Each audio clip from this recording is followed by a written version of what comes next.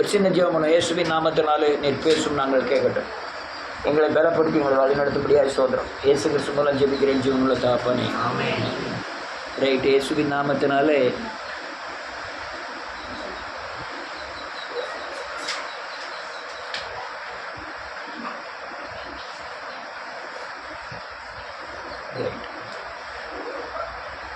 என் அத்தான் இறந்ததுனால நேற்று சேர்மதையிலேருந்து 2 பேர் ஃபோன் பண்ணி இந்த செத்த துஷ்டிகளை கேட்கணுன்ட்டு என்கிட்ட கேட்டாங்க. அது எங்கள் தாத்தாவும் அவங்க தாத்தாவும் 2ஆவது சொக்காரம் 3ஆவது சொக்காரம்மாங்கள்லாம் அவங்க. அவர் பேசிக்கிட்டு இருந்தார். அண்ணே ஒரு பெண்கள் ஒவ்வொரு ஆளாக பேசுனாங்க. என்ன அத்தான் எப்படி இருக்கீங்க, என்ன இப்படிலாம் அந்த சொந்த பந்தங்கள்கிட்ட இருந்து வருஷம் ரொம்ப ஆயிட்டு. அதனால் அந்த பழக்க வழக்கங்களே ரொம்ப குறைஞ்சிட்டு. என்ன அத்தான் இறந்துட்டாங்களாமே அப்படி இப்படின்னு பேசுனாங்க. பிறகு எல்லாம் வீட்டுக்கு பின்னால் வாய்க்காலில் தான் போய் கை கழுவுதே வாய்க்காலில் தான், தட்டு கழுவுதே வாய்க்காலில் தான் கழுவணும். அப்படி வீடு அங்கே புறவசல் வாய்க்கால், முன்னாசல் தெரு, அது ரொம்ப சௌரியமாக இருக்கும். அதனால் அந்த வாய்க்காலை பற்றிலாம் பேசிக்கிட்டு இருந்தேன். இப்போல்லாம் வாய்க்காலெலாம் குளிக்க முடியாது அப்படி இப்படின்னு பேசியிருந்தாங்க. ஒரு ரொம்ப ஆசபாசமாக பேசினாங்க. எனக்கு மனசு இழுக்கலை.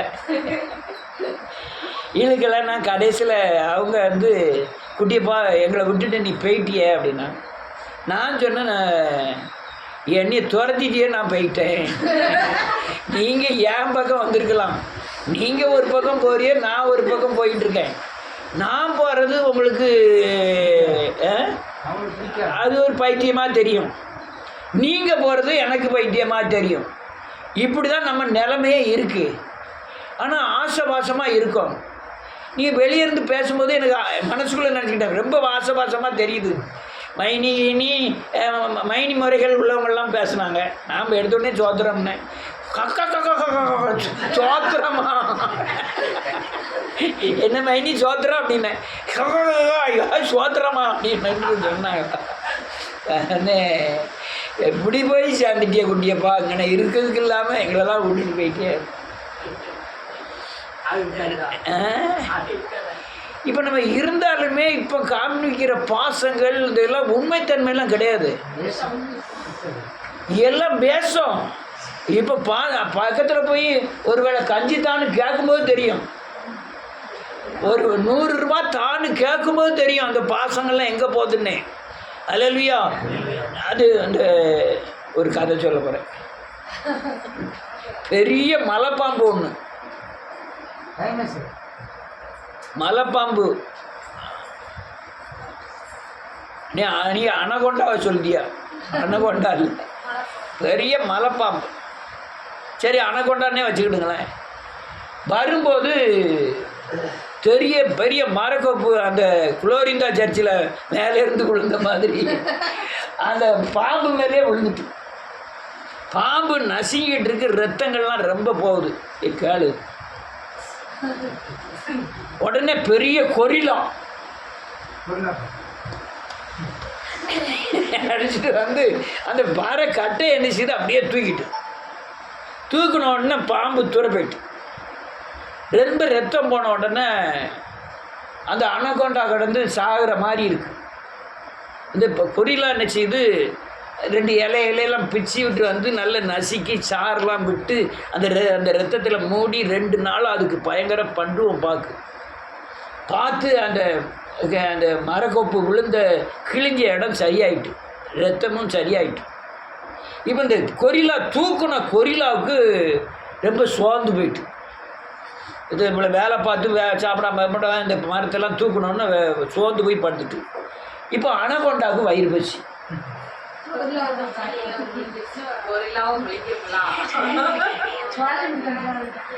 கொரிலா அவனை காப்பாற்றிருக்க, அதை காப்பாற்றிருக்கு, மரக்கொப்பை எடுத்து காப்பாற்றிருக்கு, ரத்தத்தெல்லாம் போயிட்டு ரத்தத்தெல்லாம் சரி பண்ணதுக்கு மருந்தெல்லாம் ஊற்றி காப்பாற்றிருக்கு. அவ்வளோ ரத்தம் போனோன்னே இதுக்கு வயிறு பசி எடுத்துட்டு அங்கங்கே ஓடி ஆடி ஒன்றுமே பிடிக்க முடியாது. இப்போ உடம்பு சரியில்லாமல் இருக்குது கொரிலா மட்டும்தான். இப்போ சாப்பாட்டுக்கு யாதுன்னு தெரியுமா? உள்ளே போனாலும் அப்படிதான். அண்ணன் தம்பி ஆனாலும் அந்த இடம் நீங்கள் தான். மச்சான் தான் பேசுவாங்க, மைனின் தான் பேசுவாங்க, அண்ணன் தான் பேசுவாங்க. அத்தை உன்னை காணாமல் இருந்ததே இல்லைம்பாங்க, எல்லாம் சொல்லுவாங்க. ஆனால் அவங்களுக்கு யார் தெரியுமா? அவங்களுக்கு நீங்கள் தான். அல்லேலூயா. சத்துரு நம்ம சத்துருவா இருந்தாலும் பரவாயில்ல, முழிக்கிடுவாங்க, ஏப்ப விட்டுருவாங்க. நீங்கள் பக்கத்தில் வாழ்கிறதே உங்களுக்கு பிடிக்காது. நான் இந்த தெருவில் போய் இருந்ததில் போய் எல்லாம் பார்த்தேன். வெளியே உள்ளவங்க யாராவது தெருக்குள்ளே உள்ளவங்களை ஏதாவது பண்ணிட்டா பயங்கரமாக கூட்டம் வந்துடுவாங்க. யார் தாவிதுக்கு போய் இது எல்லாம் அண்ணன் தம்பி எல்லாம் கூட்டம் வந்துடுவாங்க. ஆனால் அவங்களுக்குள்ள ஒத்துமையாக இருக்காங்களான்னா நேர பம்பளி தான், கிருதி பம்பளி தான். 200 ஒன்று கையால வழங்கமாக விடாமல் ஆக்கிடணும் அப்படிங்கிற எண்ணம் தான். அப்போ உலகம் அந்த தன்மையில் இருக்குது. அல்லேலூயா. நம்ம அண்ணன் தம்பிக்கு எவ்வளோ செய்கிறோம், ஆனால் அண்ணன் தம்பிலாம் எதிர்பார்க்கலாம் முடியாது. அண்ணன் சித்தப்பா பெரியப்பாவுக்கு எவ்வளோ செய்கிறோம், பதில் எதிர்பார்க்காம செய்யணும் தான் வேதம் சொல்லுது. அப்படி செஞ்சால் தான் செஞ்சபடி. நீங்கள் ஏதோ ஒன்று எதிர்பார்த்து நம்மளை பாதுகாப்போம், நம்மளை பின்னால் நம்ம அண்ணனாச்சே தம்பியாச்சே அப்படின்னு நினச்சிங்கன்னா கனவுல கண்டுக்கிட்டு போயிட வேண்டிதான். அவங்கெல்லாம் ஒன்றுமே செய்ய மாட்டாங்க. ஏன்னா நீங்கள் போகிற வழி பரிசுத்த வழி, அவங்க போகிற வழி பாவ வழி. அவங்க பிசாசை தலைமையாக கொண்டு ஓடிக்கிட்டு இருக்காங்க, நீங்கள் இயேசுவை தலைமையாக கொண்டுட்டு ஓடிட்டு இருக்கீங்க. இவர் சகிக்க சொல்லுறாரு, அவன் அடிக்க சொல்லுவான். நீ உயிரை கொடுங்காரு, அவங்க உயிரை எடுங்க. அடிச்சா அடி கொடுத்துரு. அல்லையா பதிலுக்கு பதில் செய்யுங்கிறாரு. இவர் என்ன சொல்றாரு? பதில் செய்கிறவன் நானே. நீ யாரும் பதில் யாரும் என்ன செய்யற? ஒரு கண்ணத்தில் அறந்தால் மறுகண்ணத்தை காட்டுன்னு சொல்றாரு இவரு. இவன் ரத்தத்துக்கு ரத்தம், கண்ணுக்கு கண், பல்லுக்கு பல்லு எடுத்துருங்க. இது பெரிய வித்தியாசம்.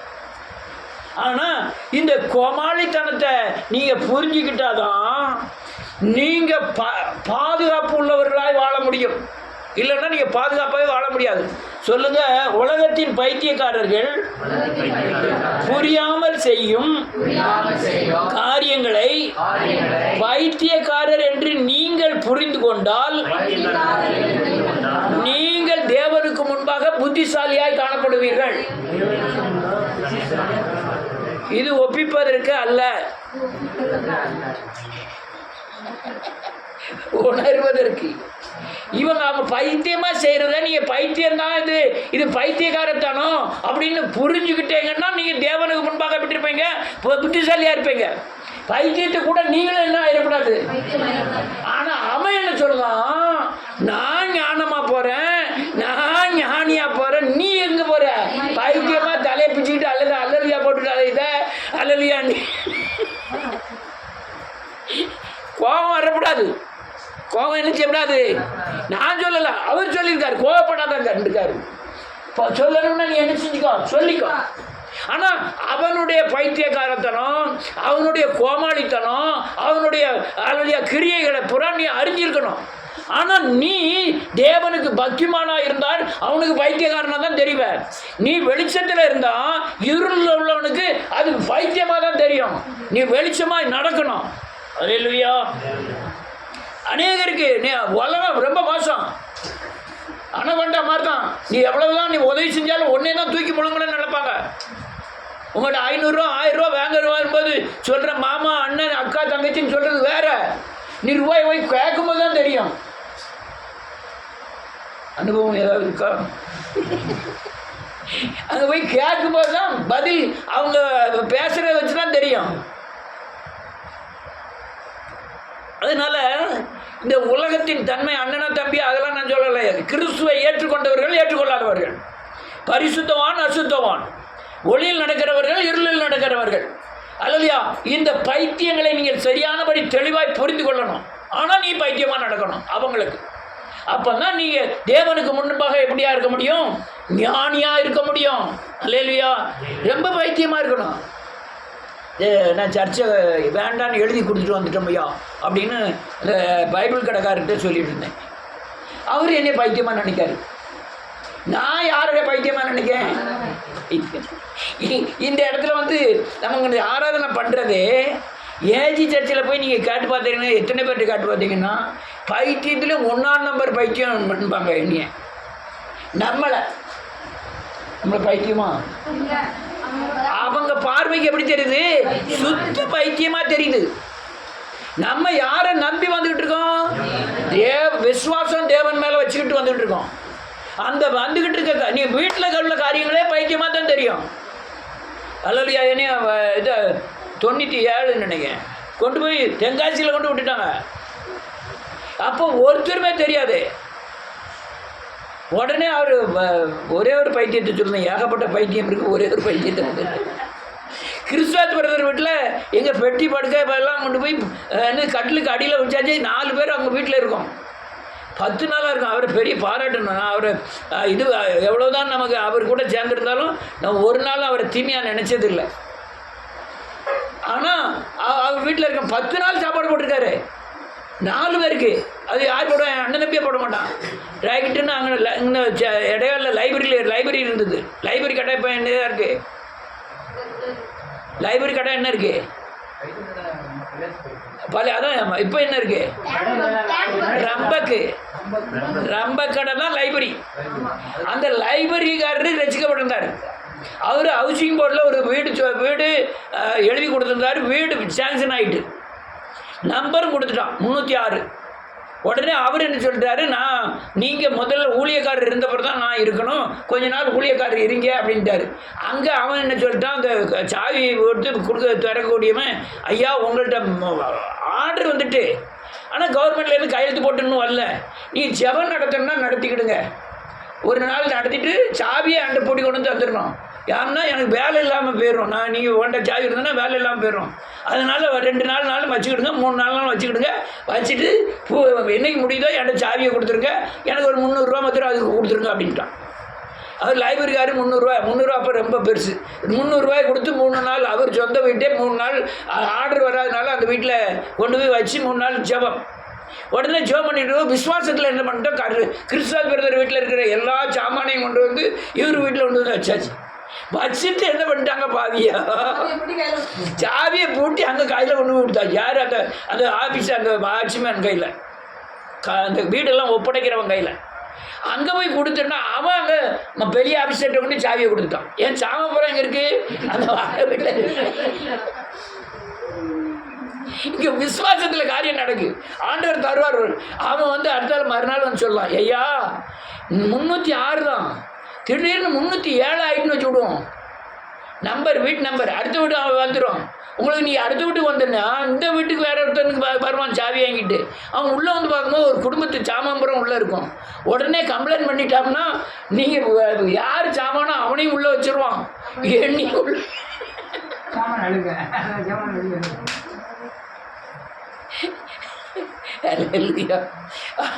அப்படியே சொல்லலாம். உடனே அவன் சாவி கொடுங்கண்ணா, சாவி பகல்லலாம் தர முடியாது, ராத்திரி 11 மணிக்கு தருவேன், பிறடியா 3 மணிக்குள்ளே சாமான பூரா எடுத்துருங்க அப்படின்ட்டான். நான் கிறிஸ்துவ பிரதர் அவன் பேர் அவர் மகன் 3 பேரும் சைக்கிளை வச்சு சைமன் 3 பேரும் சைக்கிளில் வச்சு தள்ளி அவங்க வீட்டில் கொண்டு போய் சேர்த்தோம். பைத்தியமாக இருக்கலாம். உடனே ஆலங்குளம் போயாச்சு, அங்குள்ள வீடு அமைத்தியாச்சு. அதில் கொஞ்ச நாள் இருந்தோம். பிறகு ஆலங்குளம் போயாச்சு. ஆலங்குளத்தில் அவர் வாடகைலாம் வேண்டாம்ட்டார். ஒரு வீட்டில் போயிருந்தோம்.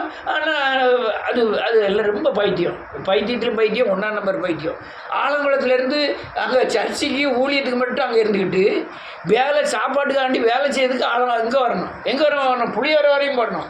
அதுலேருந்து சைக்கிளில் போகணும் ஆலங்குளத்துக்கு. இப்போ மறுநாள் முடியாது 3 மணிக்கு சைக்கிள் எடுத்துகிட்டு இங்கே வரணும்.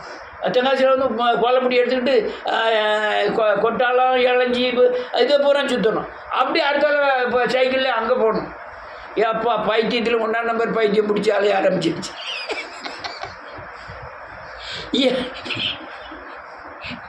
ஒவ்வொரு காரியமாக பைத்தியமாக அமையும், ஒன்றா பைத்தியமாக அமைஞ்சது. இன்னும் ஏகப்பட்ட சொல்லலாம், நேரம் இல்லை. அந்த பைத்தியம் அநேகர் மத்தியில் புரிந்தவர்களுக்கு இது தேவ வழி, தேவ சத்தியம், தேவ ஆலோசனை, இது என்ன புரியும். புரியாதவங்களுக்கு பைத்தியமாய் தெரியும். ஆனால் நாம் படுகிற பிரயாசம் ஒன்றும் வீணாய் போவதில்லை, அதுக்குண்டான பதில் புறா திரும்ப கிடச்சிரும். ஆனால் எப்பேற்பட்ட பைத்தியம் தெரியுமா? நீங்கள் இப்படி பைத்தியமாக நடக்கணுங்கிற 5-6 பைத்தியங்களுக்கு காமிக்க. பைத்தியம்னா என்னம்மா?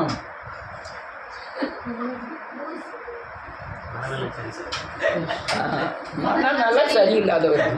யார் மனநலம் சரியில்லாதவர்கள்? நம்ம எல்லாரும் யாரு? மனநலம் யார் பார்வைக்கு? தகப்பனுடைய பார்வைக்கு நான் அப்படி இல்லை. அவங்களுடைய பார்வைக்கு நான் பைத்தியமா தெரிஞ்சாதான் தேவனுடைய பார்வைக்கு எப்படி தெரிவேன்? ஞானியா தெரிவேன். தேவனுடைய பார்வைக்கு ஞானியா பைத்தியமா தெரிஞ்சா அவளும் பார்வைக்கு எப்படி தெரிவேன்? ஞானியா தெரிவேன். அல்லேலூயா. இங்க ஒரு 5-6 பைத்தியத்தை காமிக்க வாசிப்போம். எபிரேயரின் புத்தகம் 11வது அதிகாரம் 7வது வசனம்.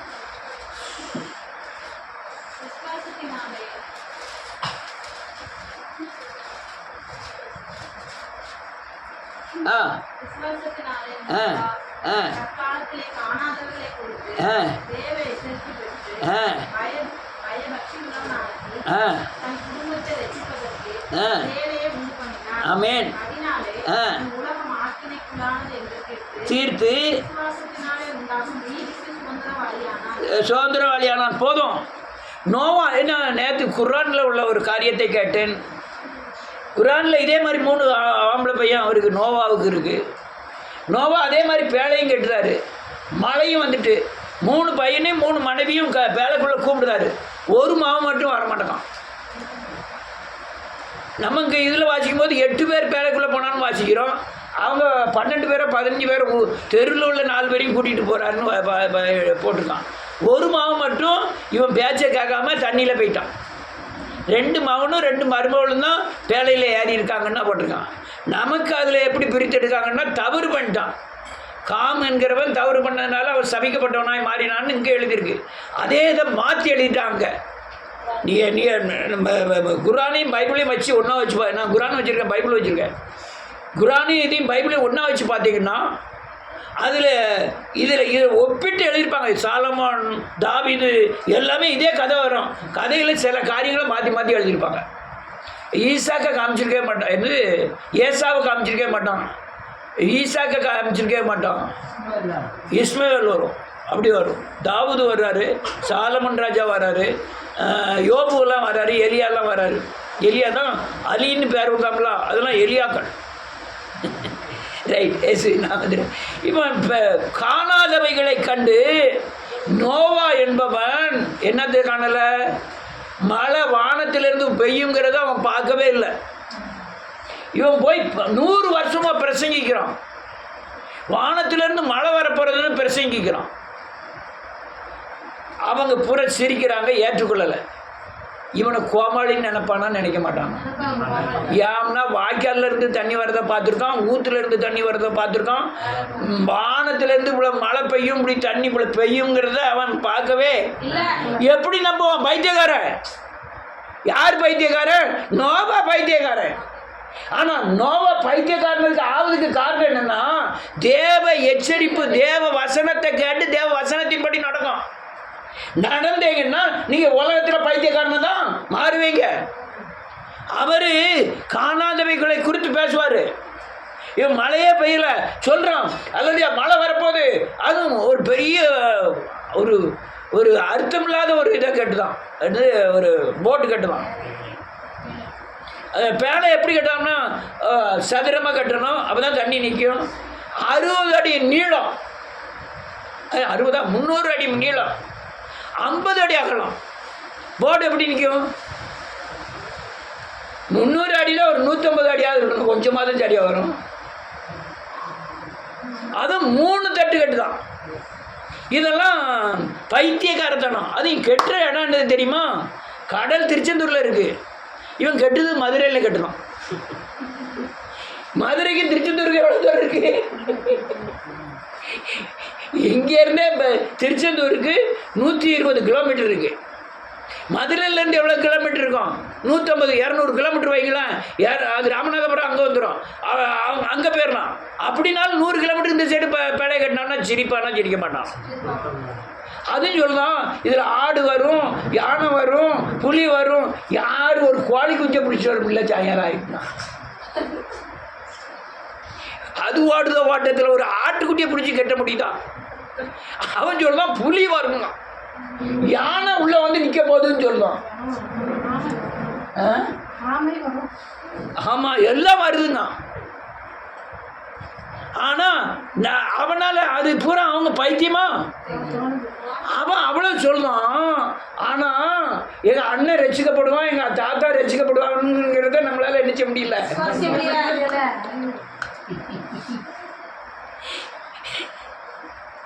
அவன் அவ்வளவு பெரிய ஆளு, என் மகன் ரசிக்கப்படுவாபியா?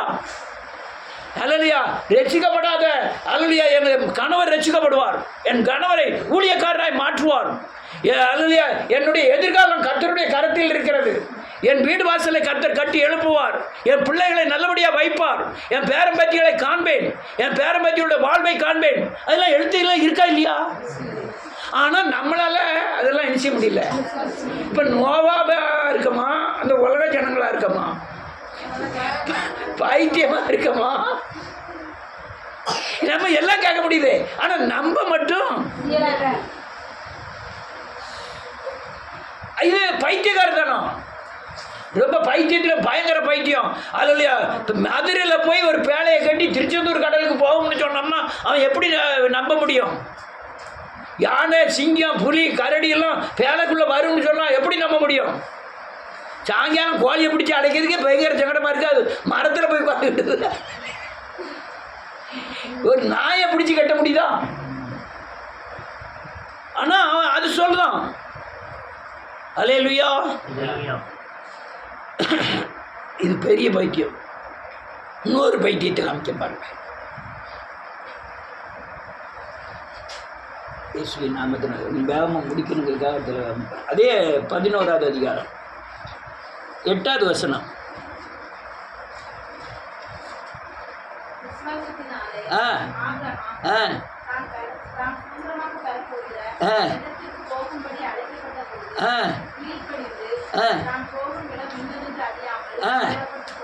இது எவ்வளவு பெரிய பைத்தியம்!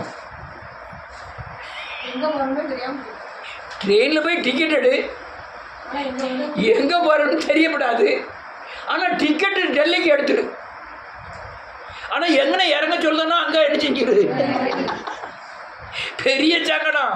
தான் போற இடம் என்னன்னு தெரியாம எல்லாத்தையும் தான் ஒரு ஆள் இல்லை, தான் மனைவி, அதில் வேலைக்காரர்கள், ஆடுகள், மாடுகள் எல்லாத்தையும் பற்றிட்டு போகிறோம்.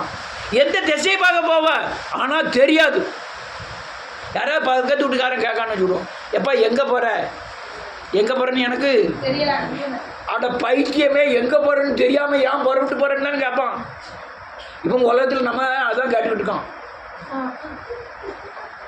செவ்வாய்க்கிழமை இந்த புதன்கிழமை நீங்கள் பாட்டு இப்படி யாரும் புறப்பட்டு ஒரு பேக்க வேற தொங்க விட்டுக்கிட்டு எங்கே வேலைக்கு போகிற மாதிரி போறீங்களா? எங்கே தான் போறீங்க? நாம சிரிக்கும் போது அங்கே அழுவாங்க. நீங்கள் இப்போ எடுக்கிற விடுதலை அவங்கக்கிட்ட ஒரு வீட்லையும் கிடையாது.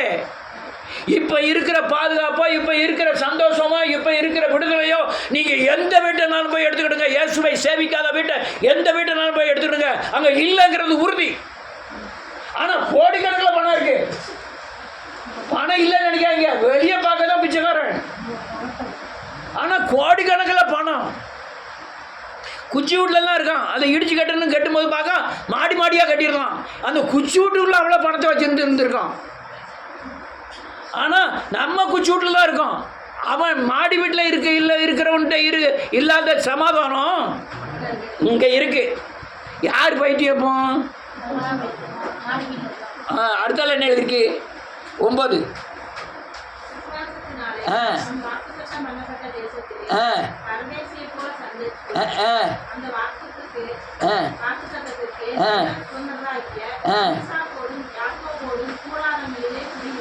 என்ன எழுதிருக்கு பாருங்க. வாக்குத்தத்தம் பெறப்போகிற கானான் தேசத்துல யாக்கோபோடும் ஈசாக்கோடும். ஈசாக்குக்கு எத்தனை வயசாயிட்டு அங்க குடியிருக்கான்? 175 வயசாயிட்டு. என்ன பெரிய ஆச்சரியம் என்ன தெரியுமா?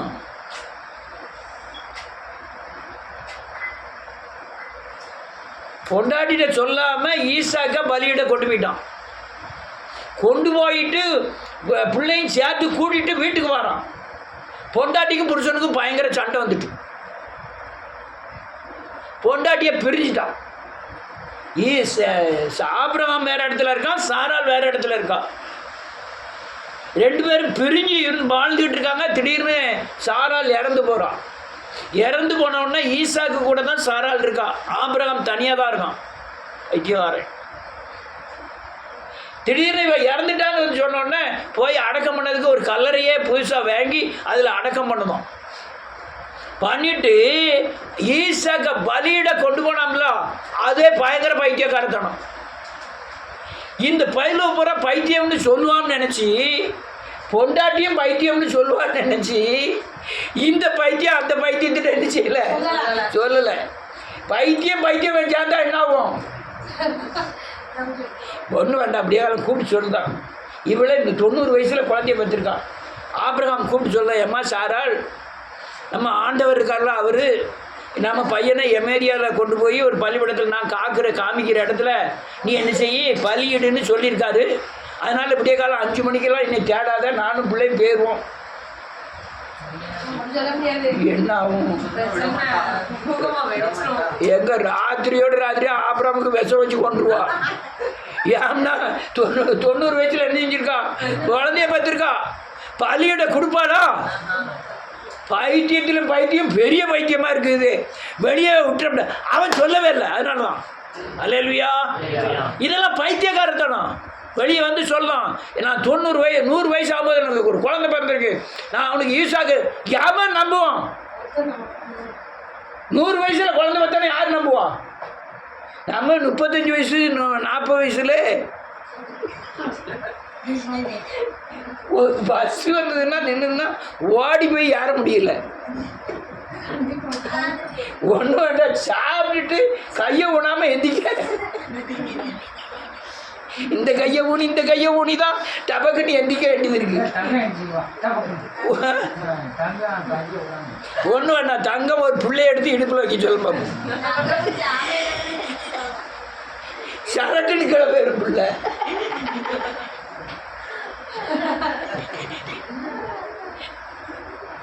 அல்லேலூயா. ஆனா இது பைத்தியம். என்ன பைத்தியம்? வேதத்திலே பெரிய பைத்தியம்னு எழுதியிருக்கு. விசுவாசம் உள்ளவர்களுக்கு பூரா இவர் யாரும் தகப்பன். அதனால இருக்க பைத்தியத்துல பெரிய பைத்தியம் யாரு? தகப்பன் பைத்தியம். அல்லேலூயா. அல்லேலூயா. 100 வயசு ஆகும்போது சொல்லலாம், நான் ஒரு குழந்தையை பெருக்க போகிறேன். ஊர்காரன் பூரா ஹே சிரிக்க ஆரம்பிக்கான். உனக்கு முகங்கம்லாம் சுருங்கிட்டு உங்கள் வீட்டம்மாக்கு அலலியா கற்பனை செத்து போச்சு, அலலியா நீ எப்படியா குழந்தை பெப்ப? பைத்தியத்தில் 1ஆம் நம்பர் சட்டை தலையை பிச்சுட்டு அலைய போறியா? கண்டிப்பாக கேட்பான். இந்த வாரம் எங்கே போகிறேன், கடையத்துக்கு எங்கே இடைக்காலில் போய் ஆராதனை போகிறேன். அடுத்த வாரம் எங்கே போகிறேன், இடைக்காலுக்கு ஆராதனைக்கு போகிறேன். அதுக்கு அடுத்த வாரம் வெள்ளிக்கிழமை எங்கே போகிறேன், இடைக்காலுக்கு. பைத்தியத்துலையும் இதெல்லாம் ஆலயெல்லாம் பெரிய பெரிய ஆலயம்லாம் இருக்கு. நீ அங்கே போகிறதுக்கு இல்லாமல் எங்கே இடையாள் தேடி போறியாக்கும். பைத்தியத்திலையும் 1ஆம் நம்பர் பைத்தியம். அதுலேயும் நமக்கு டிரைவர் தனியாக இருக்குது. டிரைவர் பாபார் வந்து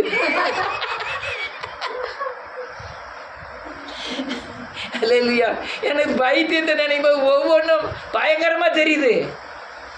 அல்லேலூயா. பயம் ஈசாக்கு சொன்னது, ஈசாக்கு ஆபிரகாம் சொன்னது. அடுத்தால என்ன எழுதியிருப்பாருங்க? 11:10.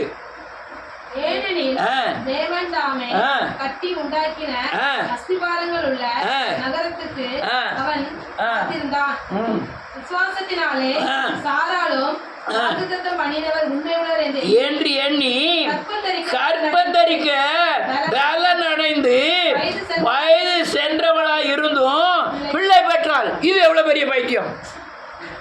ஒரு 30 வயசுக்காரி 28 வயசுக்காரி குழந்தை உண்டாகி பஸ்ஸில் வந்து யாருதான் உடனே நான் ஒரு வயசான பொம்பளையால் கூட எந்திரிச்சுக்கிட்டு நீ உட்காருமான்னு சொல்லிடுவாங்க. இவன் 90 வயசு பாட்டி கர்ப்பமாகி வாரான் பஸ்ஸுக்குள்ள. கேவலமாக நினைப்பாங்களே, நினைக்க மாட்டாங்க.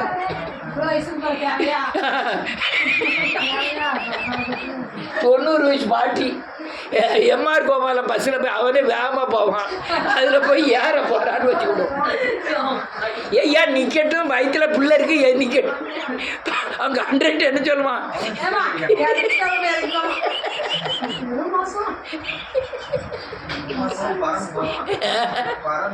அவன் தெகாஜி போய்க்குள்ள குழந்தை பிறந்துடும். அவ்வளோ வேகமாக போகும். அதே லுயா பைத்தியம் பைத்தியம் எல்லா பைத்தியத்துக்கும் தலைவன் ஆகிட்டு விசுவாசத்திற்கு தகப்பனானார். யாரு? அப்போ உலகத்திலே பெரிய காரியம் என்ன தெரியுமா? பைத்தியமாகிறது. பைத்தியமாகிறதின் தன்மை என்ன தெரியுமா? தேவ வார்த்தையை விசுவாசித்து கிரியைகளை நடப்பிக்கிறது தான் பைத்தியத்தின் தன்மை. ஆனால் இல்லாததை இருக்கிறது போல என்ன செய்வாரோ அழைப்பார் தேவன். நீ காணாதவைகளை கண் காணவில்லை, காதால் இருதயத்தால் உணரப்படாத அநேக காரியங்களை உனக்கு செய்வார். நீ ஒன்னே ஒன்று செய்யணும். அவர் வார்த்தையில இயேசு இருக்கிறார். அந்த வார்த்தையை விசுவாசிக்க மட்டும் பலன் இருந்தா போதும். அல்லேலூயா. பலன் வரவே மாட்டேங்குது. விசுவாசிக்கிறதுக்கு பலனே என்ன செய்ய மாட்டேங்குது. நாங்கள் விரல கொண்டு போய் அவர் அந்த கையில் உள்ள தொலையில் போட்டால் ஒழிய நம்பவே மாட்டேன். நம்முடைய நிலைமை. அவர் என்ன சொல்றாரு? நான் 2000 வருஷத்துக்கு முந்தையே நான் என் வார்த்தையில உயிரை கொடுத்துருக்கேன். இந்த வார்த்தையை நீ மட்டும் நம்பி நடந்தா போதும். ஆனால் உன் கண்ணுனால என்ன செய்ய மாட்டேன், பார்க்க மாட்டேன். ஆனால் கிரியை என்ன செய்யும்? நடக்கும். ஆனால் நான் வார்த்தையை நம்ப மாட்டேன். நான் பார்த்தா தான் நம்புவேன். நாங்கள் அலலியா தரிசித்து நடப்பவர்கள். நம்ம எப்படி நடக்கிறவர்கள்? விசுவாசித்து நடக்கிறவர்கள். இன்னொரு பைத்தியத்தை காமிக்க பாருங்க. அது பெரிய பைத்தியம். நியாயாதிபதிகளின் புத்தகம் 7வது அதிகாரம்.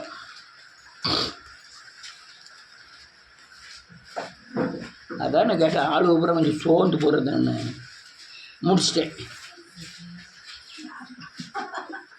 நான் இங்கே பார்க்க 31 ஆகிட்டு நிமிஷம். ஓஹோ, அதெல்லாம் சோர்ந்து போகிறீங்களான்னு நினச்சேன். ரைட்டு. 7வது அதிகாரம் நியாயாதிபதிகளின் புத்தகம் 7வது அதிகாரம் 310வது பக்கம். பேனை போடுங்க, வாசிக்கலாம். எல்லாரும் எடுத்திருக்காங்க. யாராவது வாசிக்கட்டுமே.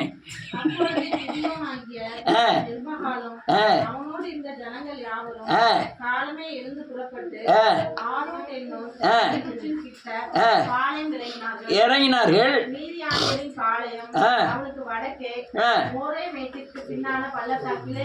இருந்தது.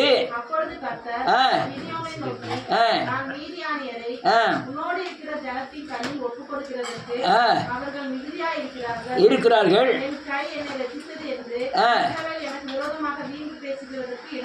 இடமாகும்.